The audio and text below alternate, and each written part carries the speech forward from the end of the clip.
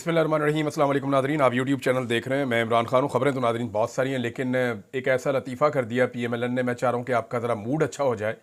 एक अजीबोगरीब काम उन्होंने किया नून लीग के लोगों ने, और यानी मियाँ साहब बड़ी मुश्किल से अपना गम भुलाते हैं, बड़ी मुश्किल से अपनी तकालीफ को कम करते हैं, लेकिन फिर अचानक से उनके घर में से कोई टिकटॉकर उठ के या PMLN के अंदर मियाँ साहब के खैर ख्वाह उठ के ऊंची आवाज़ में मकेश के गाने लगा देते हैं। एक तो गाने लगाते हैं मकेश के, मियाँ साहब को दुखी करते हैं, और लगाते भी ऊंची आवाज़ में, मियाँ साहब को मज़ीद दुखी कर देते हैं। इन्होंने ऐसा एक नया कारनामा किया है, मैं आपको पढ़ के सुनाऊंगा तो आपके भी 14 तबक रोशन हो जाएंगे। आप हैरान हो जाएंगे कि इस किस्म का कॉन्फिडेंस होना चाहिए, यानी हद हो गई है। मुझे एक लतीफ़ा याद आ गया, आज थोड़ा सा मूड अच्छा, आपको लतीफ़ा भी सुना देता हूँ। एक बचपन में ना हम एक कहानी, एक लतीफ़ा टाइप की सुनाते थे। एक दोस्त, वो कहते थे एक औरत थी और उसके 3 बाल थे सर पे। तो वो चली जाती है ब्यूटी पार्लर में और वहाँ जाके बोलती है कि मेरे बालों की आप चुटिया बना दें। तो वो चुटिया करने लगती है तो एक बाल टूट जाता है, तो 2 बाल रह जाते हैं। अब जब 2 बाल रह जाते हैं तो वो कहती है नहीं, आप स्टाइल चेंज कर दें मेरे बालों का, आप चुटिया रहने दें। तो एक बाल और टूट जाता है, तो सिर्फ एक बाल रह जाता है उसके सर पे। तो वो खातून उसे कहती है नहीं, आप रहने दें, मैं बाल खुले छोड़ के चली जाऊंगी। ये हम बचपन में सुनते थे लतीफ़ा। तो यहाँ ना मियाँ नवाज शरीफ साहब का भी एक ऐसा ही हाल है। और मियाँ साहब कहते थे ना, पल्ले नहीं तेला ते कर दी मेला मेला। तो मियाँ साहब के पल्ले तेला भी नहीं रहा, तो मेला मेला कैसे हो रहा था ये देखिए आप। ये जनाब लाहौर में कुछ जगहों पे रिपोर्ट हो रहे हैं कि बैनर्स लगे हुए हैं और मियाँ साहब को कोई बहुत बड़ा चे गवेरा बना के पेश करने की कोशिश की जा रही है। और जी पीपल चॉइस 2024 ये कोई वेबसाइट है, मैंने इसको देखा, खोल के भी देखा, तो यहाँ मियाँ साहब का मुंह खुला हुआ है, आपको नजर आएगा। वेबसाइट को जब आप खोलेंगे, बीच में कोई कॉन्टैक्ट नंबर भी हैं, वो अजीबोगरीब चीज़ें इसके अंदर लिखी हुई हैं। और जनाब मियाँ साहब ने हाथ खड़ा किया हुआ है, 2024 के फाते हैं जनाब मियाँ नवाज शरीफ साहब। और साथ में हमजा शहबाज की फ़ोटो है, उसने भी मुक्का बनाया हुआ है। एक तरफ को मरियम नवाज है, एक तरफ को शहबाज शरीफ साहब है, जो है वो कफ ऊंचा करके, और PMLN का लोगो भी लगा हुआ है। तो मियाँ नवाज शरीफ साहब का जनाब ये कोई वेबसाइट है, PMLN के लोगों की होगी। अब इन्होंने जनाब एक प्रोग्राम रख लिया है, और प्रोग्राम बड़ा खौफनाक इन्होंने रख लिया। अगर आप पोस्टर को पढ़ेंगे तो आप हिल जाएंगे। प्रोग्राम रखा है कि नवाज शरीफ की T-शर्ट की नीलामी 16 दिसंबर से 20 दिसंबर तक हो रही है। और जो इसका एड्रेस है वो सुल्तान पार्क, मोर्चा स्टॉप, उमर मार्की नज़दीक, Shadbagh underpass, ring road, Lahore. ये जरा एड्रेस याद कर लें, क्योंकि आप लोगों को जाने में दिक्कत ना हो, आप लोगों ने ये शर्ट खरीदनी है। सुल्तान पार्क, मोर्चा स्टॉप, उमर मार्की नज़दीक, Shadbagh underpass, ring road, Lahore. नीचे जनाब इन्होंने अपना टेलीफोन नंबर भी दिया हुआ है, ये आप देख सकते हैं। अगर आपने इस टेलीफोन नंबर पे कॉल करनी है तो आप कर लें। इनका वेबसाइट का एड्रेस भी है www.peoplechoice2024.com। अब पता नहीं किसने मियाँ साहब के साथ ये मजाक किया है, तो वैसे ये मजाक ही है, और मियाँ साहब के साथ मजाक कर दिया गया एक मरतबा फिर। कौन खरीदेगा मियाँ साहब की T-शर्ट? देखिए, अगर किसी ने लेनी भी है तो उसको पैसे देने पड़ेंगे कि यार ये पैसे पकड़ो, जाके मियाँ साहब की T-शर्ट ले आओ। तो अपनी जेब से अगर 1 करोड़ रुपया, 50 लाख रुपया, 60 लाख रुपया लोगों को देकर, गरीबों को, और उन्हें कहा जाए कि लाइन में लगो, लंबी लाइनें लगनी चाहिए, मियाँ साहब की T-शर्ट खरीदो, तो फिर तो चलो बात समझ आती है। लेकिन ये ऐसे होना नहीं है। मैं सिर्फ एक चैलेंज देता हूं, एक शर्त के साथ। इमरान खान की फोटो ना लगाएं, सिर्फ एक शर्ट के ऊपर 804 लिखवा दें, सिर्फ 804 लिखवा दें, और मियाँ साहब के मुकाबले में दुनिया के किसी भी स्टॉल पे रखते हैं। मैं आपको लिख कर देता हूं कि इमरान खान की 100 शर्ट्स बिकेगी मियाँ साहब की 10 शर्ट के मुकाबले में, बल्कि 2 शर्ट्स के मुकाबले में भी। इतनी ज्यादा मकबूलियत का फर्क है इमरान खान का और मियाँ नवाज शरीफ का। और ये मियाँ नवाज शरीफ साहब ने अपनी मकबूलियत में कोई और नहीं कसूरवार, मियाँ साहब खुद कसूरवार है। मियाँ साहब की अपनी औलाद ने और मियाँ साहब के अपने भाई ने मिलकर मियाँ साहब को, और मियाँ साहब ने अपनी मर्जी से अपने आप को, अपनी मकबूलियत को आग लगाई है अपने हाथों से। इतनी पॉलिश की कि मकबूलियत जो है वो काली स्याह हो गई है, वो नजर नहीं आती। ये किया मियाँ साहब ने। इमरान खान साहब की एक फोटो आप निकाल के बेचे ना एक T-शर्ट के ऊपर, और दूसरी तरफ आप पाकिस्तान की सारी पॉलिटिकल क़यादत की फोटो लगाएं, नवाज शरीफ, जरदारी, फजलुर रहमान, ANP वाले, MGM वाले, सबकी फोटो आप लगाकर बेचें। इवन एस्टेब्लिशमेंट के बंदों की भी फोटो आप लगा दें, नहीं बिकनी। और सौदा बिकना ही नहीं। थोड़े दिन पहले काशिफ अब्बासी साहब कह रहे थे ना कि वो बेचने के लिए कोशिश करते हैं। मुस्तफ़ा नवाज खोकर साहब ने बताया जी बड़ी कोशिश की बिलावल का सोशल मीडिया उठाने के लिए, बाहर से बंदे हायर किए, बड़ा पैसा भी इन्वॉल्व किया, नहीं हुआ। भाई प्रोडक्ट बिकती है, वो यही कह रहे थे ना, सौदा होएगा तो बिकेगा ना। जब सौदा ही बिकने वाला नहीं है तो आप जितनी मर्जी अच्छी दुकान में रखें, वो नहीं बिकना। तो यह मियां नवाज शरीफ साहब के लिए एक और शर्मिंदगी का बायस ये चीज बन सकती है। मेरे ख्याल में इसका नोटिस लेना चाहिए और नोटिस लेके इसको कैंसिल करवाना चाहिए, या फिर लोगों को करोड़ों रुपया देकर उन्हें कहा जाए कि आपने जाके लाइन में लग के मियां साहब की शर्ट खरीदनी है, ताकि जो है वो एक माहौल वहां पे बन जाए। लेकिन मैं चैलेंज करता हूं कि पाकिस्तान नहीं, दुनिया के किसी मुल्क के किसी कोने के अंदर आप इमरान खान की और नवाज शरीफ की शर्ट निकाल के बेचें। आप इमरान खान और नवाज शरीफ का मुकाबला करके देख लें, इंडिया में कर लें, पाकिस्तान में कर लें, बरतानिया में कर लें, जहां मर्जी कर लें। भाई आप इमरान खान का मुकाबला करना है तो आप आलमी सतह के लीडरों के साथ कर सकते हैं। आप आलमी सतह के लीडर के साथ इमरान खान साहब का कंपैरिजन करें और फिर निकालें उनकी शर्ट और बेचें, तो इमरान खान फिर भी कहीं ना कहीं एग्जिस्ट कर रहा होगा। वो ब्रांड है, वो इनसे बहुत आगे है। ये वहां तक सोच ही नहीं सकते, पहुंच ही नहीं सकते। आप मियां साहब की दोबारा बेइज्जती करवाने लगे और ऊपर से मियां साहब को फंसवा दिया। फंसे कैसे, ये जरा आप खबर देखिए, ये खबर भी बड़ी इंपॉर्टेंट है। और इसमें जो है मुझे आपको 3 जजेस के रिमार्क्स भी पढ़ के सुनाने पड़ेंगे। उसकी वजह यह है कि जब आप ये सुनेंगे तो आपको आइडिया हो जाएगा कि मामला कितना सीरियस है। आदिल बज़ई आपको पता है, जिसका सबसे ज्यादा अब तक नुकसान हुआ एमएनए बनने के बाद माली नुक्ता नजर से, वो आदिल बज़ई का हुआ। अरबों रुपए का नुकसान हुआ। प्लाजे गिरा दिए, घर गिरा दिए, कारोबार तबाह कर दिए, हर चीज इनकी बर्बाद कर दी गई है आदिल बज़ई की। लेकिन इसने इमरान खान से बेवफाई नहीं की। इसने कहा जी मैं नहीं इमरान खान को अब छोड़ के जा रहा। तो आदिल बज़ई के जो है वो बयान हल्फी पे वो चले गए सुप्रीम कोर्ट। उन्होंने जाके कहा जनाब मैंने तो कभी नून लीग ज्वाइन ही नहीं की, नवाज शरीफ ने एक झूठा हलफनामा इनकी जमात ने दिया मेरा, और उसकी बुनियाद के ऊपर मुझे इनका मेंबर डिक्लेयर कर दिया। मैं इलेक्शन कमीशन को कहता रहा हूं कि मैं मेंबर नहीं हूं। भाई मेरा बयान हल्फी ये वाला जो मैंने पीटीआई को दिया है, लेकिन इलेक्शन कमीशन ने मुझे नवाज शरीफ के कहने के ऊपर डी सीट कर दिया। अब नवाज शरीफ ने इलेक्शन कमीशन ऑफ पाकिस्तान को अंडरटेकिंग दी हुई है कि ये बंदा जो है ये मेरी पार्टी का है। जाली बयान हल्फी जमा करवाने का मतलब पता है आपको क्या है? नवाज शरीफ साहब फंस गए, क्योंकि सुप्रीम कोर्ट ऑफ पाकिस्तान ने फैसला दे दिया आदिल बज़ई के हक में।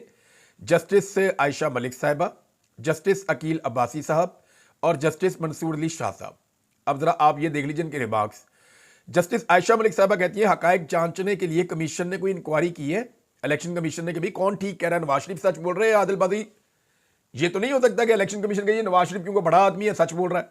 अब इस पे जो है ना वो अकील अब्बासी साहब कहते हैं बस बड़े साहब का खत आ गया तो बंदे को डी सीट कर दो, ये नहीं हो सकता। समझ गए आप बात? और तीसरी चीज जो है वो जस्टिस मंसूर अली शाह साहब का एक जुमला, उन्होंने कहा पैमाना तो सख्त होना चाहिए था। अब आदिल बज़ई तो हो गया वापस अपनी सीट के ऊपर बहाल, लेकिन नवाज शरीफ साहब ने जो झूठ बोला इलेक्शन कमीशन ऑफ पाकिस्तान में, मियां साहब पड़ गए दोबारा मुश्किल में। अल्लाह अल्लाह करके वो पहले उनकी नाअहली खत्म हुई है, अब दोबारा वो नाअहल हो सकते हैं। तो यहां अगर आदिल बज़ई को मौका मिला और कभी माहौल बदला और वो पूरी फोर्स के साथ आया और वो ये करने में कामयाब हो गया, तो आदिल बज़ई मियां नवाज शरीफ का सियासी सर ले जाएगा, कम से कम इस टर्म के लिए तो ले जाएगा। तो ये जरा मियां नवाज शरीफ साहब के लिए अच्छी नहीं बुरी खबरें थी।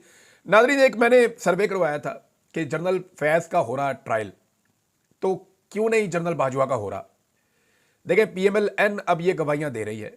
पीएमएलएन के लोग कह रहे हैं कि जनाब जो कुछ भी हुआ वो जनरल फैज नहीं, उस वक्त क़यादत भी साथ ही थी। और देखें, जनरल बाजवा के दौर में जनरल फैज ने जब करप्शन की तो इसकी इंक्वायरी 2017 में हो गई थी और साबित हो गया था कि जनरल फैज इसके मुजरिम है। लेकिन बजाय इसके कि जनरल बाजवा इसके ऊपर उनको सजा देते, जनरल बाजवा ने उन्हें डीजी आईएसआई बनवाया और फिर उनसे बहुत काम भी लिए। आप सब जानते हैं 2018 में क्या काम हुआ, 2019 में क्या काम हुआ, 2020 में क्या काम हुआ, और फिर उनको हटाकर एक और अपनी मर्जी का डीजी आईएसआई ले आए। ये जनरल बाजवा ने किया था ना। तो जनरल बाजवा के खिलाफ कार्रवाई क्यों नहीं होती? मैंने इसके ऊपर एक सर्वे करवाया। इसार राणा साहब ने, एक सीनियर जर्नलिस्ट हैं, उन्होंने कहा कि क्या जनरल बाजवा को कटहरे में लाया जाएगा? यह बड़ा इंपॉर्टेंट क्वेश्चन है। मैंने जब यह सवाल उठाया तो इसमें बहुत अजीब किस्म का रिएक्शन लोगों का आया है कि जनरल फैज पे कार्रवाई हो रही है, बहुत अच्छी बात है, क्या जनरल बाजवा पे भी होनी चाहिए, हाँ या नहीं? तो 97% लोगों ने, बहुत बड़ी तादाद में लोगों ने इसमें वोटिंग की है, बहुत बड़ी तादाद में, और 97% लोगों ने यह कहा, 97% लोगों ने, कि जनरल बाजवा का भी एहतसाब होना चाहिए, यानी उनको भी कानून के कटहरे में लाना चाहिए। कितनी क्लैरिटी है पाकिस्तानियों के दिमाग में कि जनरल बाजवा का भी एहतसाब होना चाहिए, उन्हें भी कानून के कटहरे में लाया जाना चाहिए। इतनी क्लैरिटी है आज पाकिस्तान में, ये पाकिस्तान की खुशकिस्मती है। लिहाजा जनरल बाजवा को भी इसमें कटहरे में आना चाहिए, उसूलन तो आ जाना चाहिए। लेकिन मैं एक टेलीफोन कॉल सुन रहा था, जनरल बाजवा एक शख्स से बात कर रहे थे और तकरीबन 1 घंटे से ज़्यादा लंबी कॉल थी। मैं स्पीकर फ़ोन पे सुन रहा था और मैं सवालात लिख कर दे रहा था कि ये भी पूछ लो, रिक्वेस्ट कर रहा था कि आप ये भी ज़रा पूछ लें। वो एक तरह से मुझे मेरे सवालों के जवाब मिल रहे थे। उस आदमी की मेहरबानी कि वो जनरल बाजवा से बात कर रहा था, मैं जानना चाहता था कि ये बंदा क्या सोच रहा है। तो उस दिन मुझे एक बात का तो बड़ा एहसास हुआ कि यार ये बंदा था जिसके पास इतनी ताकत थी और ये स्याह और सफ़ेद का मालिक इस मुल्क में बना हुआ था। यानी बहुत ही सतही नौइयत का जनरल बाजवा का मुझे दिमाग महसूस हुआ उस टेलीफोन कॉल के नतीजे में। उससे पहले भी वो हमारे साथ जब मुलाकातें करते थे तो मैं बहुत इंप्रेस कभी नहीं हुआ उनसे। बहुत सारे और लोग भी, हम बाहर निकलते थे सहाफ़ी, तो हम बाद वक़्त हंसते थे, यार ये हमारे आर्मी चीफ हैं, ये किस तरह बातें करते हैं ये। लेकिन जनरल बाजवा जो हैं वो उनसे जब ये बातें की तो जनरल बाजवा ने एक बात की थी उस बंदे को, मुझे वो याद आ गई कि आप आर्मी चीफ के प्रोटोकॉल्स को नहीं जानते। कुछ भी हो जाएगा, फौज कभी भी अपने किसी आर्मी चीफ को उसकी रिटायरमेंट के बाद भी ना उंगली लगाएगी ना लगाने देगी, इस तरह का उनका बयान था। इससे मिलते जुलते उनके अल्फाज थे। तो क्या ये बात ठीक है, या एक साबिक आर्मी चीफ के खिलाफ भी एहतसाब और कार्रवाई हो सकती है? लोग तो मुतालबा कर रहे हैं। मैंने सर्वे करवा कर देखा, अगर किसी को नहीं पसंद आया मेरा सर्वे तो कोई और खुद करवा कर देख ले, पता चल जाएगा कि लोगों की राय क्या है। पाकिस्तान तहरीक इंसाफ को नाजरीन एक बात समझ आ गई है कि ये हुकूमत पाकिस्तान तहरीक इंसाफ के आगे आगे भागती रहेगी। जब भी मुज़ाकरात की बात होगी, देखिए पहले पाकिस्तान तहरीक इंसाफ मुज़ाकरात करती नहीं थी। वो ये कहते थे चोर हैं, डाकू हैं, फ्रॉडी हैं, इनके साथ हम क्या बैठे, हमारा मैंडेट चोरी करके आकर बैठे हुए हैं। वो एक ऑब्वियस गुस्सा था। 8-9 महीने हो गए पाकिस्तान तहरीक इंसाफ उस कैफियत में है कि यार हमारा मैंडेट है, हमारे बंदे जीते हुए हैं, हमारी कम से कम 3 सूबों में हुकूमत बन रही थी, पाकिस्तान में 2/3 अक्सरियत से ज्यादा हमें मिल गई थी, हम तो बगैर मखसूस नशस्तों के सादा अक्सरियत से आगे चले गए थे। ये कैसे हो सकता है कि हमारे इतने बंदे जो हैं उनकी सीटें छीन ली जाएं? वो एक रिएक्टिव उनकी अप्रोच थी। लेकिन जब वक्त गुजरा है तो अब पाकिस्तान तहरीक इंसाफ ने कहा आओ जी मुज़ाकरात करें, बैठो, एस्टेब्लिशमेंट आ जाए, एस्टेब्लिशमेंट के नुमाइंदे आ जाए, ये जो सियासतदान आगे किए हुए हैं, आओ बैठो बात करते हैं। तो अब हुकूमत आगे लग के भाग रही है, अब पीटीआई पीछे पीछे, हुकूमत आगे आगे। और उसकी वजह जो है ना, मोहम्मद जुबैर साहब ने भी बताई है। मैं वैसे आपको बता देता हूं कि पाकिस्तान तहरीक इंसाफ इनके पीछे भागती रहेगी और ये मुज़ाकरात से भागते रहेंगे, क्योंकि जो चोर होता है ना वो कभी भी पंचायत में नहीं बैठता। जो गिल्टी होता है ना वो ये कहता है पंचायत होनी नहीं चाहिए, मैंने किसी पंचायत में बैठना ही नहीं है, मैं पंचायत में आना ही नहीं चाहता। जो आदमी गिल्टी होता है, जिसका कसूर होता है, वो कोशिश करता है किसी तरह रोला पड़ जाए, मामला इधर से उधर हो जाए, मुझे बीच में बात करनी ही ना पड़े। तो इसलिए क्योंकि ये सारे चोर हैं, ये मैंडेट चोरी करके आए हुए हैं, और जब भी ये बैठेंगे पीटीआई मैंडेट की बात करेगी, इनके पास कोई जवाब ही नहीं होगा। कल इसहाक डार साहब ने तस्लीम कर लिया अपने मुंह से कि जनाब आप हमारा 2018 वाला मैंडेट वापस कर दें तो हम आपका 2024 वाला मैंडेट वापस कर देंगे। इसमें एक बात तो कंफर्म हो गई कि 2024 वाला मैंडेट पीटीआई का था। ये बात कंफर्म कर दी किसने? डिप्टी वजीर आजम पाकिस्तान ने, नवाज शरीफ का इंतहाई काबिल एतमाद साथी और समधी। उसने कंफर्म कर दिया कि हमने चोरी का मैंडेट रखा हुआ है, लेकिन इसलिए रखा हुआ है कि हमें लगता है कि 2018 में हमारा चोरी हो गया था।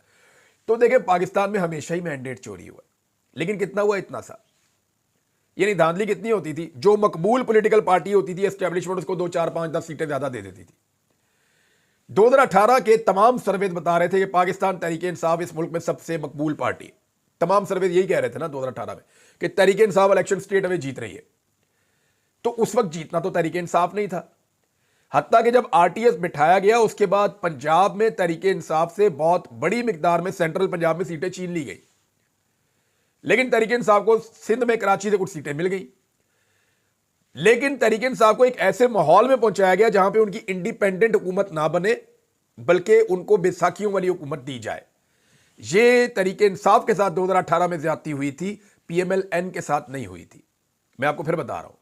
और उस वक्त भी कोशिश की गई थी कि शहबाज शरीफ की हुकूमत बना दी जाए, लेकिन रिएक्शन बड़ा सख्त आ रहा था। लिहाजा इमरान खान साहब को मौका दिया गया कि बड़ी पार्टी आपकी, आप हुकूमत बना ले। सेंट्रल पंजाब में पाकिस्तान तहरीक इंसाफ के साथ 2018 में भी धांधली हुई थी। मैं उस वक्त भी कह रहा था, आज भी कह रहा हूं, और टका के धांधली हुई थी। जहां पे हमने खुद जाकर सर्वे किया था, जहां पाकिस्तान तहरीक इंसाफ जीत रही थी, वो सीटें ये हार गए। और ख्वाजा आसिफ की सीट आप खुद गवाह हैं। वो उस दिन हार गए थे, उन्होंने जनरल बाजवा को फोन करके अपनी सीट वापस ली। और बहुत सारी सीटें हैं सेंट्रल पंजाब की, वहां पीएमएलएन इलेक्शन जीती नहीं थी, उनको जिताया गया था, उनको एक पोजीशन में लाया गया था कि जब कभी मौका होगा इमरान खान साहब की टांग खींचनी होगी, बैसाखियां छीन लेंगे, टांग खींच लेंगे और हुकूमत तब्दील कर देंगे। तो एक्चुअली तो 2018 में इमरान खान का मैंडेट छीना गया था, लेकिन पीएमएलएन ने एक बयानिया बनाया हमारा छीना गया। लेकिन एक चीज है, आज इसहाक डार साहब ने एतराफे जुर्म कर लिया कि जनाब ठीक है, हमने मैंडेट चोरी किया हुआ है, लेकिन हमारा 2018 वाला मोड़ दो, हम आपको 2024 वाला मैंडेट दे देंगे। तो ये एतराफे जुर्म के बाद चीजें क्लियर। ये मुज़ाकरात क्यों नहीं करेंगे? इसलिए कि चीजें चोरी की है इनके पास, चोरी का माल रख के मुज़ाकरात करेंगे तो वो वापस करना पड़ेगा, उसूली बात पे आना पड़ेगा। मोहम्मद जुबैर साहब कहते हैं कि शहबाज शरीफ मुज़ाकरात नहीं चाहेंगे, क्या वो अपनी हुकूमत का तख्ता होने देंगे?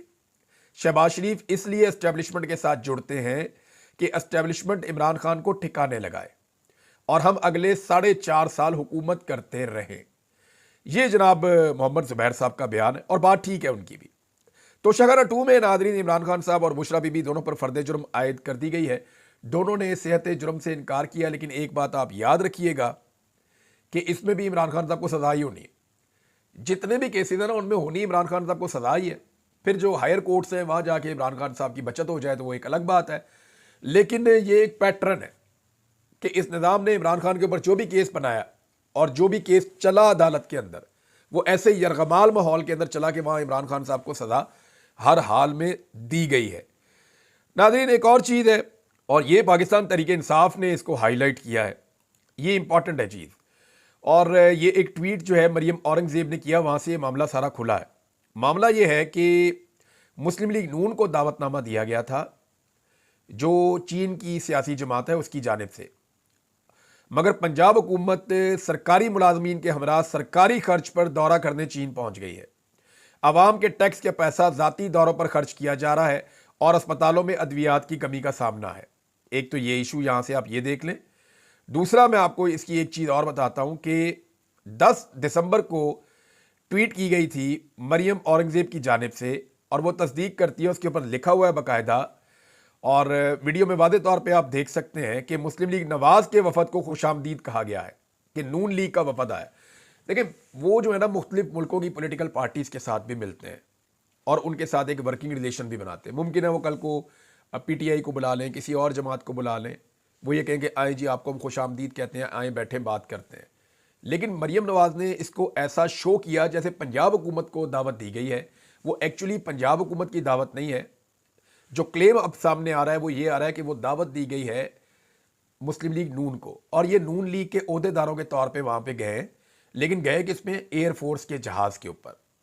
तो क्या कोई और सियासी जमात अगर किसी दूसरी सियासी जमात की दावत के ऊपर चीन जाती है तो क्या उनको एयरफोर्स का तैयारा दिया जाएगा? क्या उन्हें सरकारी अखराजात दिए जाएंगे? क्या वो भी यही सारा प्रोटोकॉल इंजॉय करेंगे? पाकिस्तान का सारा सफारत खाना वहां पे उनकी खिदमत के लिए मौजूद होगा। अब हैरत की बात यह है कि जिन भी चाइनीज से मुलाकातें कर रही है मरियम नवाज, हमारे जो मीर मोहम्मद अली साहब हैं वो उन सबसे पहले मिल चुके हैं, और वही तस्वीरें निकल निकल के सामने आ रही हैं। पूरी तस्वीर के अंदर जो है ना वो 15 पाकिस्तानी होते हैं और 2 चाइनीज होते हैं टोटल। तो ऐसा लगता है कि वहां पे चाइनीज जो है या चीनी जो है वो भी इनको मुंह नहीं लगा रहे, जैसे पाकिस्तान में पाकिस्तानी शहरी इनको मुंह नहीं लगाते। इंटरनेशनल डिपार्टमेंट का मकसद भी गैर मुल्की सियासी जमातों और तंजीमों से रवाबित कायम करना होता है, जैसे कि वो तंजीमों से और सियासी जमातों से मिलते हैं, ऐसे ही उन्होंने पीएमएलएन को बुलाया, कल को वो किसी और को भी बुला सकते हैं। लेकिन क्या सबको ऐसा फैसिलिटेट करेगी ये रियासत? सवाल तो ये है। नाज़रीन इमरान खान साहब ने एक बात पर तशवीश का इजहार किया है, और वो ये है कि उनकी पार्टी के लोग, उनका जो बयानिया है, जो वो इमरान खान साहब कह रहे हैं कि हम चलाएंगे एक तहरीक जिसमें हम लोगों को कहेंगे कि वो सिविल नाफरमानी में आए और वो सिविल नाफरमानी की तहरीक का हिस्सा बनते चले जाए, तो पार्टी के लोग इस पर ज़्यादा बातचीत नहीं कर रहे।